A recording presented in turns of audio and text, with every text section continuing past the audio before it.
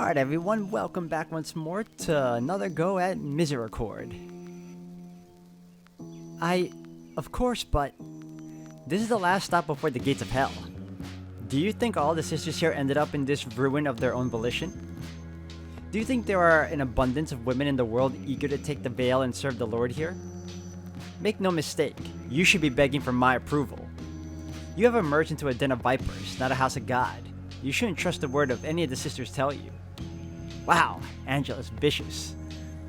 You should be wary of their intentions. Why, their behavior in the wake of the murder of one of their own should be evidence enough. I don't hate you, Sister Hedwig. I'm simply the only person here who cares enough to not lie to you. I have high expectations for your behavior, that is all. You, at the very least, have the potential to serve God with humility and grace here on this hill. Not like the other lost women here. The criminals and the freaks. Christ spoke highly of the prostitutes and tax collectors only on the condition that they sin no more. The sisters here, they believe they are owed salvation. If that is true, Sister Angela, why? Spit it out. Why are you here? Why indeed? And with that, she brushed the last twig off her habit, peered down her nose at me one last time and left. How perfectly bewildering that woman was to me. Forgive me for being cross, but to this day I find their treatment of me beguiling. I'd spent days wondering, did I deserve this? Was Angela a conduit through which God could punish me for the sins Angela rightfully pointed out to me? I still wondered that. In my calmer moments, I acquiesced to the idea. In my lowest moments, I almost relish it. But the truth of the matter is, every time I was presented with her maddening ability to pinprick me, to always find something wrong with me. Oh my, I'm doing it right now, aren't I? Ignore me. All is right with the world. I am back here in my cell where I belong. I deserve every bit of ire I am recounting to you. It's just that in retelling the story, I must inhabit a previous version of myself to properly describe how I felt. Oh, so she's back in the cell again? I'll try my best not to let the past and the present bleed together too much in the future. Angela huffed away at the cat. I decided I'd better head the opposite direction if I was to avoid any more unpleasantness. I walked back towards the rectory. The last of my mind's haze replaced with a burning indignance. I would not say I was in a good mood, but I was certainly more alert than I had been for some time. There she is. Splendid. Oh, hello, Sister Margaret, Sister Catherine. We were looking for you. What luck? I told her to look for you, and I wanted to make sure she did. Margaret has this very amusing idea that I'm a flake. Can you believe it? Anyway, we would like to cordially invite you to the Misericord this evening. That's right. You have seemed all out of sorts recently, and a little birdie told me that Charity may have indicated that you were welcome. Which you are, as it happens. But you've been in such a state recently, Margaret, got it into her head that you perhaps were waiting for a mere direct invitation. Which I actually suggested Catherine extend several days before you even spoke with Charity about it, I should add. Which I don't remember, but I would never accuse Margaret of lying. Hence, would you like to join us in the Misericord tonight? I am very grateful for the invitation. I hope you don't think I was whooping around because of that, although... Ah, wonderful. I knew it. I knew it couldn't have been my fault. Catherine, Margaret, let her speak. Of course. Did Charity explain what happened after our conversation? There was nothing else mentioned. Oh well. I looked over my shoulder and peered past the pair of sisters in front of me, just in case Angela was preparing to make another dramatic entrance. Sister Angela may have overheard the two of us speaking unfavorably about her. Is that all? No wonder she didn't say anything about it. Arguments with Angela happen all the time. It's practically passé to mention. No, you don't understand. She was extremely upset. It was horrible. You never forget your first. The first time she caught me in the pantry at night, she dragged me by the ear at the superior's office to wake her up and demand I be punished.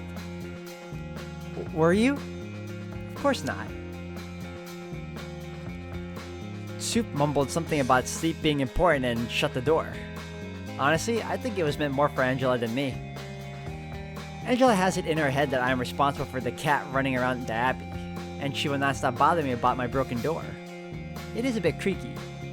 I am a busy woman. Besides, I can't work with my hands. So I shouldn't worry about Angela? No, not in the slightest. I considered expanding my story to include the encounter with Angela that I had just left, but I decided not to pursue the subject further. I was relieved to hear that I had some support in the matter.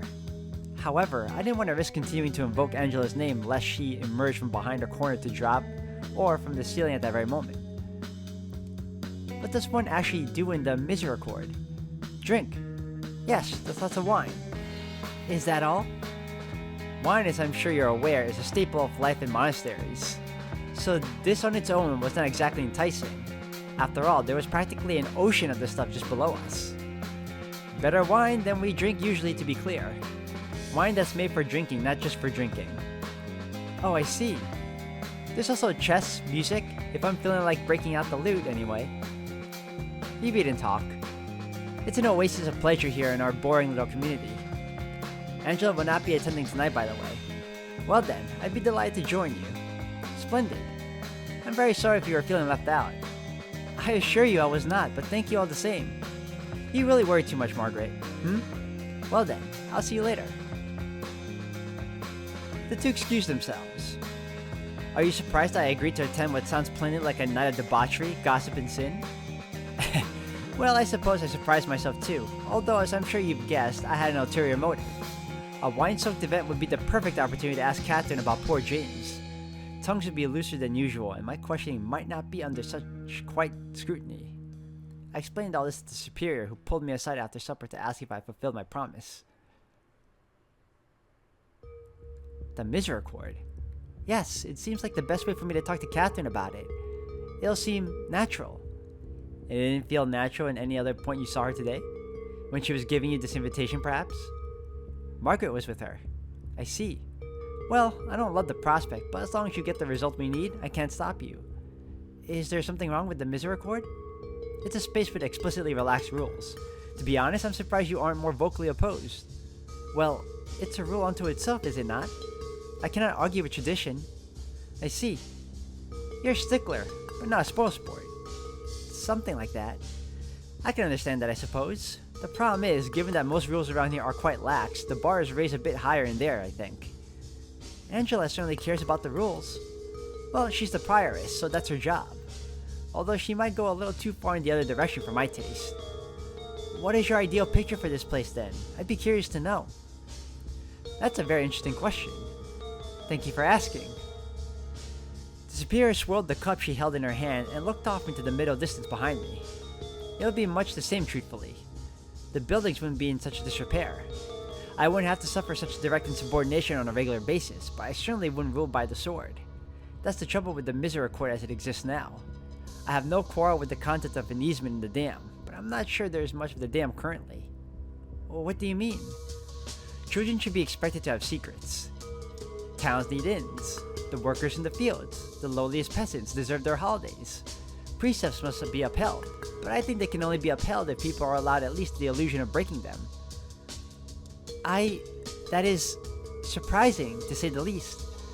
You disagree then? That's understandable. Well, for one, are we not nuns? Foregoing earthly delights is our strength and purpose, surely. It would seem we have reverse positions here. Flip the chessboard around the other way, as it were. In my ideal abbey, everyone is content. They do their task and enrich their lives and serve as vessels of prayer. And then they are allowed a brief respite, so that they do not become overwhelmed or discouraged by their work. I spent my whole life alone in a cell with my work, and not once did I complain. The superior tilted her head in a manner that reminded me of a cat I'd seen Angela chasing earlier that day. Did you never dream of leaving? Was there nothing in your books that you wish you could see for yourself? Never. The writing was enough. You must have truly vivid imagination. I'm not sure I do. I just never needed anything else. You never sang to yourself? Invented little games? Well, I did have a few reading games, now that you mention it, but perhaps that is how we arrive at an understanding then. You were perfectly content in the world as you experienced it, but you still needed to come up with something of your own. Something different. That's the ideal purpose of the Misericord. The tavern, the arena, and so on. I find that very hard to swallow. Would you say the same of prostitution? The superior made a sneering gesture that took me aback. You are flailing your way out of check here, I'm afraid. there's no need to grasp at such extreme examples. Of course I don't feel that way about whoring. And don't retort by asking if I find whores beyond redemption, then, by the way. I wasn't. That wouldn't make any sense. You're quite right. She finished her drink in silent satisfaction. I steamed for a minute. I'm afraid that she was actually entirely correct in her assumption that pivoting the conversation back to the scriptural understanding was my intended reply. I find the Misericord in its current state unseemly. The rules here aren't being followed outside of it, let alone inside it. Worry about what the sisters could be up to in there. It's easy to be an easement if the whole plane is flooded. Well, I'll be careful. I'm sure one night with the others won't utterly corrupt me. See that it doesn't. I suppose it can't hurt for you to experience it for yourself and report back to me exactly how founded my assumptions were. If you are that worried about it, why not just disallow it? It's an expected function of the Benedictine monastery. Besides, I have no interest in making these women respect me less. Would they respect you less if you took it away? Or would they respect you more if you showed that you had that power? I dare say I'd be the next one found without a head. I shuddered. While I was never completely free from fear, direct confrontation with the reality of my situation still unmoored me. It made me feel like I was being watched. Please don't say such things. I'm simply making a point. As I've said before, I must play a very cautious strategy in my position. Speaking of, would you like to play a game? The change of subject was a relief, I must admit. We whittled away some time playing chess. I was not very good at it yet, I must confess. Nonetheless, I appreciate the opportunity to fill my mind with something beyond visions of blood and guts. And we slowly fade to black there, huh? A little ominous on that point. Hedwig will be joining us tonight. Oh, really? Lucky her. We had just left the rectory after the evening meal. There was apparently still some time before the Misericord's door would open. I had a little bit of time to while away, preparing myself for a night in the lion's den. Don't make such a fuss about it. Why not? We're just happy to have you. Well, I am happy to hear it, but nonetheless, you're making me nervous. You'll have so much fun. Such a special occasion, honestly. Special? Well, yes, isn't this going to be your first time ever going to a social event? Careful, don't break her. Sorry. I felt like I was about to faint. Moira was completely correct, of course. Never in my life had I been to anything more sociable than meals in the rectory, and those have been overwhelming enough on their own. I'm going to do my best to have a good time. That's all that matters. It'll be fun. What are we going to do anyway? I suppose we don't really do anything specific. It's very fluid. We've got a chessboard. I think Catherine mentioned that there's music sometimes. I'll bring my lute. You have your own lute? Yes, Catherine II gave it to me ages ago. One day, I should ask Catherine if she could nick the portative for an evening rather than just disabling it. That could be fun to mess around with. I wish she wouldn't fiddle with superior's things. It's all in good fun. The soup knows. I'm not so sure. Hedwig, you're getting too nervous again. Moira had seemed so carefree ever since the day she broke down while talking to me in the dormitories. I was jealous of her ability to have that to be her one emotional outburst on such a horrible subject. It was as if she'd simply been able to drain the abscess and heal the wound. Oh, we're about to go to the Misericord soon? I'm curious about it too. I wish that I could do the same. Unfortunately, every one of my fears and miseries seem to linger and fester within each other. If my head was a deceased limb, I'd simply have to lop it off. The sun was just starting to set. I decided to go for a walk in the garden. It was one of the best places for me to clear my head that didn't involve drawing a bath, provided I didn't run to Angela at least. But what were the odds of that happening again? I was determined to make real, tangible progress tonight. The superior was right to be frustrated with the lack of momentum. That poor young man had begged me to do something to secure his freedom, and then I had slipped into a dark spell for days. I had been selfish. It wasn't going to be impossible. Things weren't so bad. I even had a clue to follow up on.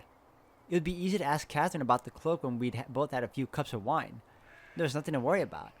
Well, unless she's a heavy drinker, in which case it's going to take a while for her to get a little bit tipsy. I was genuinely interested after all. What would I tell Catherine if she asked how I knew about the cloak? Hedwig. Oh, hello. I want to show you something. You gotta come see. Very well. Darcy scurried off around the bend and toward the cloister before I could finish my reply. I had to hike up my robe to keep up with her without tripping on the stairs. She was leading me to the dorms, it seemed. Whatever it was she had to show me, I could not guess. I'm sorry about the mess. I lost an important mushroom and now I've been turning the place upside down looking for it. She had ushered me into her room in the dormitory. It was stark contrast from my own. There were bits and bobs everywhere. Haphazardly stacked books, bottles of various sizes, both empty and full, little scraps of paper, plants in little pots. Darcy had certainly made the space hers. I've been working on this for a while and I think you might be interested. She was standing in front of the small cauldron that was full of thin, clear liquid that smelled a bit like wet grass. You have been sick and sad a lot lately, and I thought, well, maybe I can do something about that. Do something? Did you make this for me? It is a little something I'm fiddling with. Will make you feel better, maybe. What's in it? I didn't want to sound rude, but I couldn't help but think about what might happen to me if I drank something Darcy had brewed. It has some St. John's wort and some sage and some water from the hills.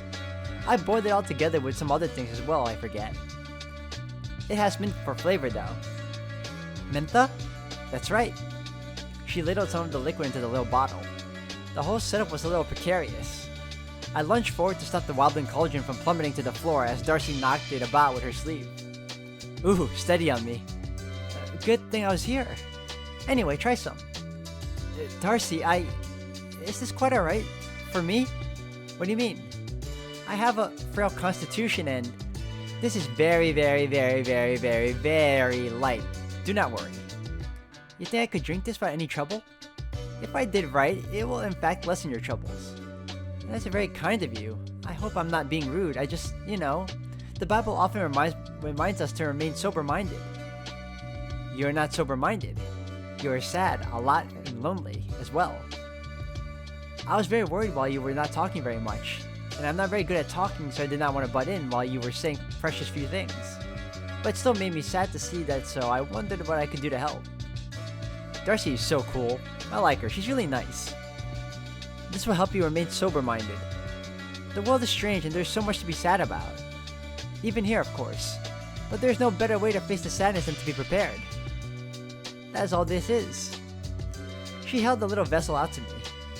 Well, I took it from her and gingerly took a sip.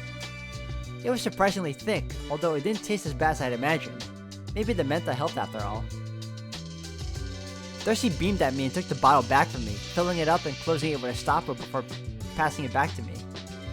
Some more for later if you fancy. I don't feel any different. It'll take a little bit, but I'm sure it will relax you before tonight. Ah, that would be nice. Will you be joining us in the Misericord as well? Not tonight. I'll be busy with other things. The odds were increasing that I would have to deal with Angela in a social setting that night. The idea was not relaxing the slightest and actively worked against whatever Darcy's potion might have been doing for me that very moment. Okay, you know what? At first I was cool with her, now she's not gonna join us in the Misericorde. She's up to something. I mean, she could just be up to something in a pranky way, cause that's the vibe she gives off, but at the same time, I'm a little worried. Alright, for now, I'll let you be you. You'll have fun. You'll feel like a real member of the Abbey after tonight, I reckon. This is not gonna be some sort of hazing, is it? Goodness, no. That was the prank. Right. I got you good.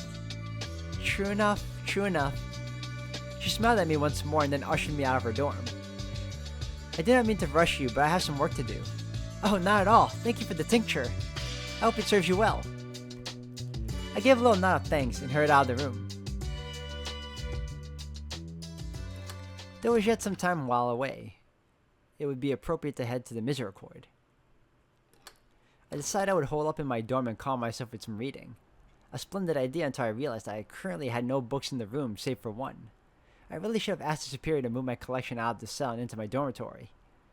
Medea simply wouldn't do for now. I felt a little apologetic. I of course still appreciated the gift Captain had given me by transcribing the play for me, but I was not sure that it was something that would help me feel any less tense at this moment. You know, if I were her, I would go through that book to see if Catherine left any clues for me. Or clues for anybody in general in that book. I needed something like Ecclesiastes, not a story about a pagan woman murdering her children. I lay down in the bed and held the little bottle Darcy had given me up in the air. I rotated it in my fingers and stared at it. There were no words on it, but I was still trying to read it, I think. If that makes any sense at all. I could feel the cool glass getting warmer between my fingertips. If I ran my thumb over the cork, I could sense just how much rougher the cork was with the bottle. The longer I did it, the easier it would be to notice the sounds the bottle made as well. The gentle sloshing of the liquid inside and the way the stopper brushed against my skin. It absorbed me utterly. I wondered if perhaps Darcy's concoction was working after all.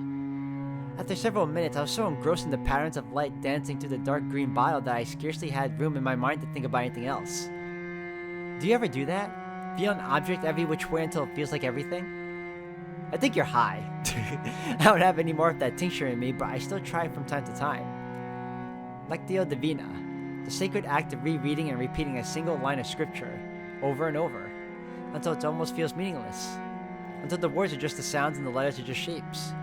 That's how I spent many of my days and nights in my cell, breaking through all straight thoughts and bypassing all frivolous interpretations of the word, and simply living inside the true meaning of it. Reaching understanding through the feeling rather than language. For a moment, I was that little bottle. We're getting started into the Misericord now. I just thought I'd tell you as early as possible in case you planned on being fashionably late. Coming! The clarity that I had been enjoying burst like a bubble, and I was thrown right back into a nervous anticipation. I rose from the bed and did my best to straighten out my robe. While doing so, the tincture fell from my trembling fingers. Luckily, it did not shatter. It bounced once and then rolled around the cold floor, making a cold twinkling noise. Are you alright in there? Yes, sorry, I just dropped something. I scrambled to pick the bottle up, unsure if it was something contraband. I would get in trouble for holding a Catherine, or worse, Angela saw. Plus, I was so nervous. The tincture now safely in my hand, I uncorked it and downed the second dose. It was cool, pleasant, and minty, and I could practically feel myself physically relaxing. It was like the cold concoction was replacing the black bile that ran in my blood with something else, something much more agreeable. I slapped my own cheeks to bring out some color, and shivered all over. I was ready. I opened the door to meet Catherine, who was leaning against the doorframe, examining her fingernails. You look significantly less terrible than the first time I collected you like this. I feel quite good, actually. Hold still. She stood up straight and licked her thumb, as she had once before. This time, I was prepared. She rubbed it against my forehead, undoubtedly attending to some wayward bit of hair poking out from underneath my cap. There we are. Not bad. We'll make a little princess out of you yet. I simply smiled. Catherine turned on her heel and strode out of the dorms, and I followed close behind into the hall. As we passed the library, the door opened a crack. Is it time already? Indeed it is. Are you coming tonight? Not tonight. I'm very busy. That's a shame. You can tell me all about it next time you're here in the Chronicle. Have fun. I suddenly remembered something important I had been meaning to ask Eustace. In my miserable stupor, I had completely forgotten to ask her about Darcy's vision. I leaned forward to speak quietly, aware that the others behind me were watching. Still, it was as if Darcy's visions were a secret. Oh, before you go, I was meaning to ask, could I read some of your notes about Darcy's vision sometime in the near future? No. Really? I find them ever so interesting. She said I should ask you about them, and I'm saying no. Have a nice night, Hedwig. She closed the door firmly. Huh. I guess it's you too I need to be suspicious of. It is a rather pity she's not coming. She can be quite fun with enough wine in her. Anyway, in here. Catherine opened the door to the Misericord and held it open for me, ushering me in as if she were a deckhand on a gangway. Inside the room was a round table, rather different from the one in the rectory. It was clearly quite old. It was full of pockmarks and dents. Some parts of it were shiny, but others were quite dull. Various mismatched chairs were haphazardly placed around the table, as well as a couple next to the fireplace at the far end of the room. There were no windows currently. Light was being provided by the hearth, as well as a large candelabra in the corner nearest the door. Well, here we are. Hello, Hedwig. Hello, dear. Welcome, welcome. There are two other figures I could see tending to the fire. The smaller one on the left I deduced was Flora. The one on the right, unfortunately. Angela! Goodness, it's been a while since I've seen you in here. Yes, well, some of us have better things to do than spend every possible night reveling. Oh good, we're getting prickly before any drinks have been poured. This should be fun. Give it a rest, you two. Surely you can be nice to each other for one night. Of course. We wouldn't want to leave Hedwig with the wrong impression, would we? I agree. We can't let her leave without recognizing what a shrew you can be. Catherine! What? I was agreeing with dear sister Angela. Can we at least declare a temporary truce? For Hedwig's sake? I am willing. Why are you even here? Now you're just being childish. No, just curious. Are you intending to spoil things for a newcomer? Am I spoiling things currently? Oh, here we go. You're very good at this game. Oh, hell. I jumped. It barely registered with me at first that this exasperated growl had come from Sister Charity. You're both as bad as each other. Stuff it for one night. You can bicker on your own time, but me and everyone else here are here to have a nice relaxing evening. And you're bloody well not going to ruin it. Sit down. Shut your gobs. Drink and make merry. Or else. Wow. I'd listen if I were you. It's lovely to see you here, Hedwig. I smiled. I wasn't as riled as I probably should have been. Maybe it was Darcy's concoction. Or perhaps seeing Catherine and Angela at each other's throats had awoken a slight unsavory sense of curiosity within me. I'm happy to be here. That's good. This would be fun. Right, Catherine? That's right. I must admit, even with my newfound courage and despite how amusing it was watching her spar with Catherine, Angela's presence made me slightly uneasy. Since only half of the sisters could occupy the Misericord, I had been hoping, perhaps assuming given her personality, that the odds of missing her were in my favor. Alas, alas. Mara and I brought up some good wine earlier, and I believe Darcy's cooking something especially for the meal. The meal? We just ate. It'll be a bit later on. Besides, you'll want some.